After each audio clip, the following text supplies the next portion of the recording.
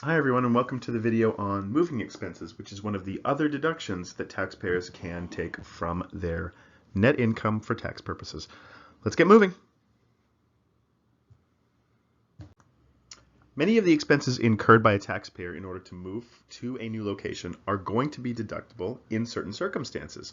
They're deductible if they're incurred for relocation to start a new job or to start up a new business, if they're incurred to attend a university or some other kind of post-secondary education, and they are deductible to the extent of any income earned in a new location for that given tax year. We'll talk a little bit more about what that means later on, and I'll try to demonstrate it for you. Now, the move can be from a location in Canada to another location in Canada. It can be from a location outside of Canada to a location within Canada, or it can be from a location within Canada to a location outside of the country, as long as the taxpayer is a Canadian resident. Not all the expenses incurred while moving or incurred in order to move to a new job are necessarily deductible, but there's a long list of expenses that are, and generally reasonable expenses incurred in order to move to a new job are deductible. Let's go through a list of expenses that are considered deductible. So first off, any personal travel costs. So costs to move yourself or your family, meals for you or your family, any transportation costs, gas, airplanes, etc. And then lodging, hotels, motels, stuff like that, all deductible potentially. Transportation and storage of personal belongings is also deductible. So if you need to hire a moving van to put all your junk in there and move it across the country, that could potentially be deductible.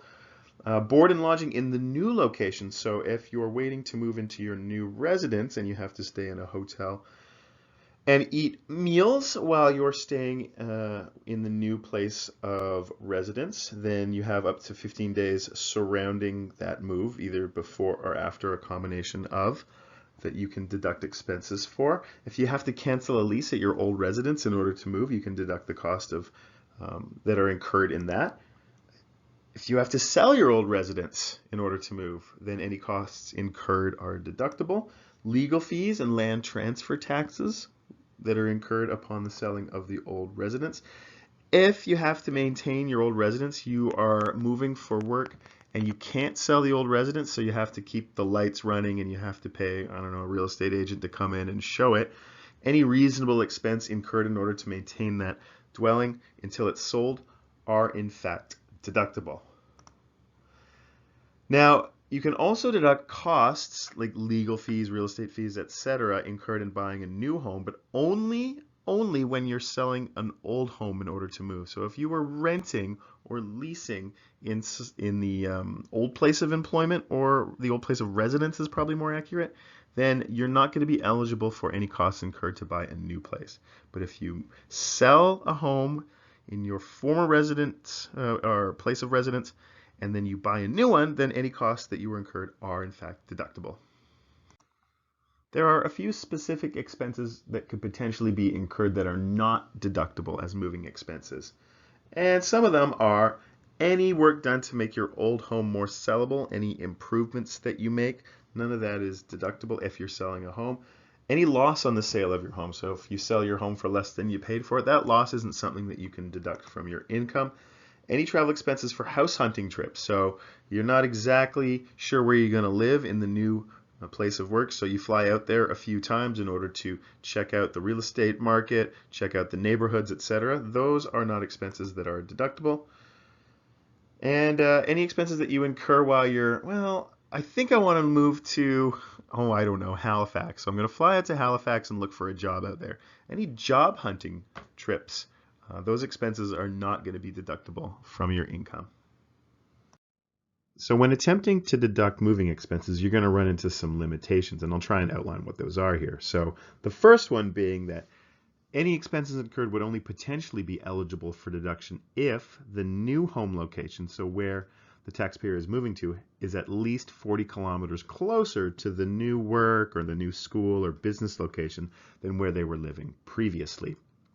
Now, what happens if the expenses actually exceed income earned at the new location? So you're actually limited in terms of the deduction within a year.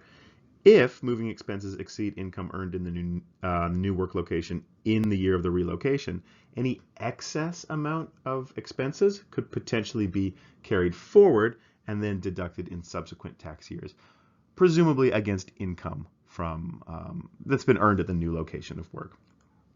So normally, in order to substantiate the fact that you've actually incurred these expenses for moving, you have to provide receipts, or at least have the receipts available in case the CRA wants to see them.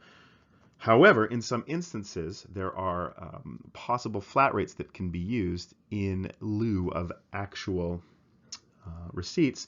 This is like a simplified method, meaning, even if you did incur some specific expenses, if you wanted to choose this simplified method, sometimes the amount that you're attempting to deduct may end up being more than the actual expenses incurred. So the flat rate indicated here is $17 a meal, up to a max of $51, which is 3 meals a day, per person, per day, if there are no receipts at all. So that's a deduction that's flat out allowed to be deducted without any receipts. Now, vehicle expenses incurred, yeah, you could go and you could determine, well, how much gas or were there any associated repairs and maintenance and other costs, etc. Or you could simply say, let's determine the number of kilometers that were traveled while moving and multiply it by the rate that you see indicated here.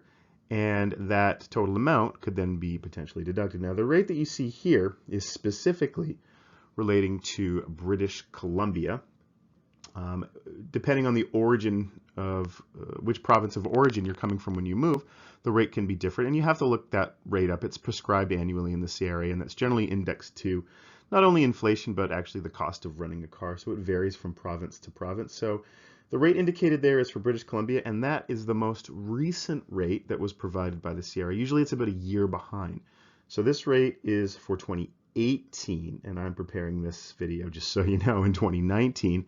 But when you may be watching the video, the rate might be different. So you might want to check those prescribed rates as they do change on an annual basis.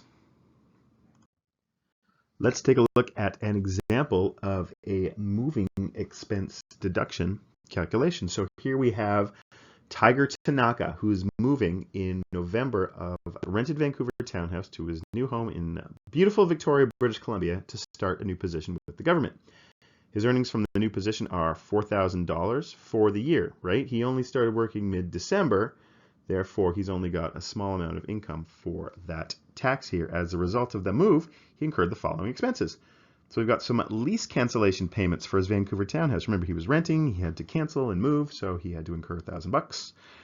Legal fees and commission expenses incurred to acquire a new house in Victoria of $6,000. Hired a moving van to move all his stuff over for $3,800. And then he ended up flying over to Victoria as opposed to taking the ferry and spending 5 days accommodation waiting to move into the new place. So that was about $2,400. Whew, this guy's expensive tastes, Tiger Tanaka. He shipped his belongings over then. What? In addition to the moving van? Sure. Got some more additional stuff that he shipped over. $850.